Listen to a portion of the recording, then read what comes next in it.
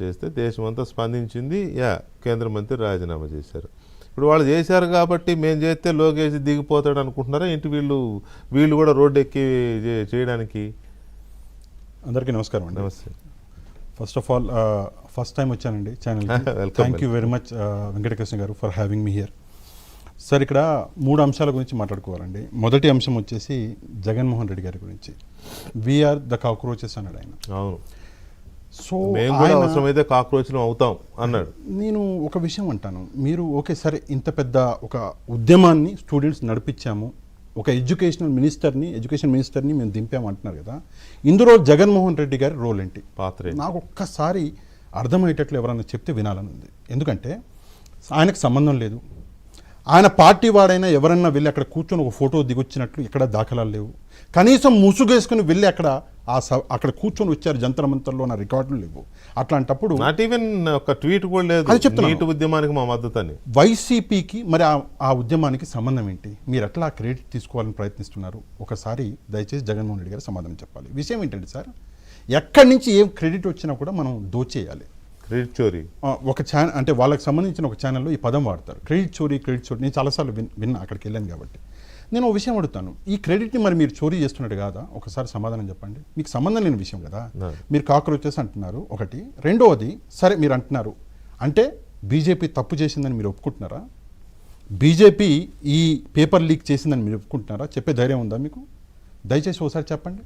ధర్మేంద్ర ప్రధాన్ గారు, ఆయన ఇప్పుడు మంత్రి కూడా కాదండి, ఆయన గురించి ఓ 2 మాటలు మాట్లాడండి.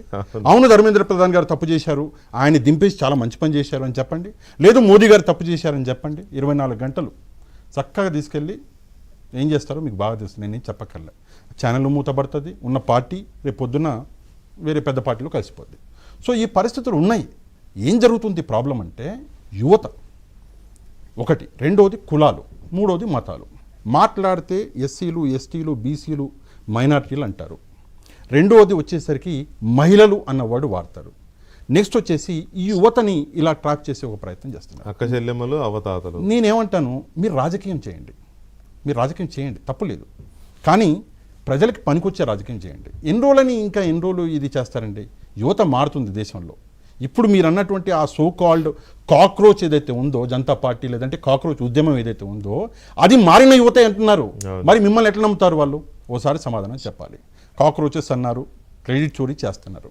నెక్స్ట్ ఒక 2 నాయకుల గురించి నేను మాట్లాడతాను సార్. సందర్భం లేదు, మీరు అడిగిన ప్రశ్న కాదు, అయినా కూడా రోజా గారు, పేర్ని నాని గారు, వీళ్ళు మాట్లాడిన మాటలు నిజంగా రోజా గారు మాట్లాడితే దమ్ముంటే అంటారు ఒకటి. రెండోది, పేర్ని నాని గారు ఈరోజు మాట్లాడిన ఉత్తర కుమార ప్రగల్భాలు అని ఒక వర్డ్ వాడారు. నెక్స్ట్ సమవుజ్జి అనేటటువంటి ఒక పదం వాడారు. నేనేమంటాను అంటే, సమవుజ్జి అన్నటువంటి పదం మీరు ఎట్లా వాడగలరు పేర్ని నాని గారు? ఏం జరిగింది ఈరోజు మనం చూసుకుంటే, ఈరోజు టీడీపీ అన్నది ఇక్కడ major party, highest strike rate కలిగినటువంటి party in India, regional party. మీరు అడగొచ్చు జనసేన కదండి అని. నేను అన్నది మేజర్ పార్టీ. జనసేన అన్నది 22 ఒక చోట్ల పోటీ చేసి 21 గెలిచింది. దీని తర్వాత ఇంకో పార్టీ ఉందండి, సిక్కిం క్రాంతికారి మోర్చా అని, వాళ్ళు 32లో చేసి 31 గెలిచారు. కానీ మేజర్ పార్టీ కాదు, 100 పైగా సీట్లు వీళ్ళు ఎక్కడ కంటెస్ట్ చేయలేదు. కానీ ఇక్కడ విషయం ఏంటంటే, మేజర్ పార్టీగా తెలుగుదేశం పార్టీ ఉంది, హయ్యెస్ట్ స్ట్రైక్ రేట్ ఇండియాలో. ఇది ఒక రీజనల్ పార్టీగా ఇది ఒక రికార్డు. ఇది ఒక ఎత్తు అయితే, ఇంకోటి 2019 ఎన్నికల్లో 24 సీట్లు అంటే టీడీపీకి, అంటే 24 సీట్లకి పడిపోయినటువంటి ఒక పార్టీ అంతర్గతంగా బయట ప్రజల ముందు కూడా భుజాన వేసుకొని మోసి ఆ 24 సీట్లని తీసుకెళ్లి 135 సీట్లు చేసినటువంటి నాయకుడు లోకేష్ గారు. సమవుజ్జి అంటున్నారు కాబట్టి చెప్తున్నారు. మీరు సొంతంగా మీ కొడుకును గెలిపించుకోలేక ఓడిపోయినటువంటి వ్యక్తి మీరు సమవుజ్జి గురించి మాట్లాడడం ఎప్పుడు మారుతారు? నాకు డేట్ చెప్పండి, ఈ ఫలానా డేట్ రోజు నేను మారుతా అంటే నేను మాట్లాడను. ఓడిపోయినాక మీకు బుద్ధి రాలా? మేము మారాలి, మా మాటలు మారాలి అన్నటువంటి ఆ జ్ఞానం రాలేదు. ఎప్పుడు వస్తుంది? దీని మీద పోరాటాలు చేసి మాట్లాడి అలసిపోయినా సార్ నేను. ఒకటి, రోజా గారు దమ్ముంటే అంటారు. ఏం దమ్మమ్మా నాకు చెప్పండి. మీ సొంత సీటును మీరు కాపాడుకోలేకపోయారు, ఆ ప్రభంజనంలో కొట్టకపోయారు. మీరు 11 సీట్లు వచ్చినాయి, 2.5 ఏళ్ళు ఇంకా గాల 2 ఏళ్ళే అయింది. మళ్ళీ దమ్ము అనుకుంటే మళ్ళీ రోడ్డు మీదకి వచ్చారు. ఏం ప్రూవ్ చేయాలనుకుంటున్నారు? అంటే ఇక్కడ లేని పంచాయతీ ఒకటి క్రియేట్ చేసి, సార్ నేను ఒక విషయం ఇందాక సార్ కూడా చెప్పారు, కోర్టులో మీకు ఒక అన్యాయం జరిగింది వెంకటకృష్ణ గారు, లేదా నాకు ఒక అన్యాయం జరిగింది. నేను ఎక్కడికి వెళ్తానండి? కోర్టుకే కదా వెళ్ళేది. Obviously. కోర్టుకి వెళ్ళాము, కోర్టు ఏం చెప్పింది? కొట్టి పారేసింది. కోర్టు కొట్టి పారేసిన తర్వాత ఈరోజు బయటకు వచ్చి డిఎస్సిలో అన్యాయం జరిగింది అంటే అవునండి, బయటికి రండి, చెప్పండి ఎవరికి జరిగిందో. మీరు చెప్పిన ప్రతి పేరు, ఫలానా పేరులో ఫలానా వ్యక్తికి అన్యాయం జరిగింది అంటే ఆ పేరుని ముందు పెట్టి, డాక్యుమెంటేషన్ని ముందు పెట్టి అధికారులు లేదో వీళ్ళు చెప్పేది అబద్ధం అని ప్రూఫ్ చేశారు. అయినా కూడా మీరు డిఎస్సి అంటారేంటి? అంటే మీ దగ్గర మాట్లాడడానికి ఏం లేదు. ప్రజలకి మెల్లమెల్లగా, సరే ఓకే అట్ ఆ టైంలో మొత్తం అయిపోయింది నేను అనను, మెల్లమెల్లగా జరుగుతున్న మంచి చూసి ఎక్కడో కొంత భయం అనేది పుట్టుకొచ్చింది. ఒకటి. రెండవది, సరే ఈ సందర్భం కాకపోయినా సోషల్ మీడియా గురించి ఒక్క వర్డ్ మాట్లాడతాను. వైసీపీకి బలం సోషల్ మీడియా. ఇన్ని రోజులు అదే నడిచింది. వింత విచిత్రం ఏంటంటే ఈ సంవత్సరం ఫిబ్రవరి నుంచి ఆ గాలి కూడా అటు వీస్తుంది, ఆ బలం కూడా కొట్టకపోయింది, రివర్స్లో వెళ్తుంది.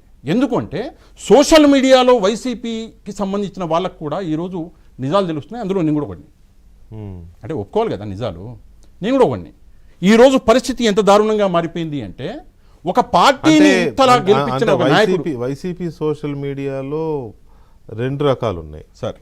ఒకటి పెయిడ్ సోషల్ మీడియా, రెండోది సింపథైజర్స్ సోషల్ మీడియా. మీరు రెండో కోవకు చెంది, సరే అది వీళ్ళ మీద వ్యతిరేకతతోనో లేకపోతే వాళ్ళ పట్ల ఉన్న సానుకూలతతోనో మీరు వాళ్ళతో యాక్టివ్గా సపోర్ట్ చేస్తూ వచ్చారు. అది సింపథైజర్స్గా ఉన్న సోషల్ మీడియా రివర్స్ అయిపోయింది చాలా మంది మీలాగానే. కానీ ఆ పెయిడ్ వాళ్ళు ఉంటారు కదా,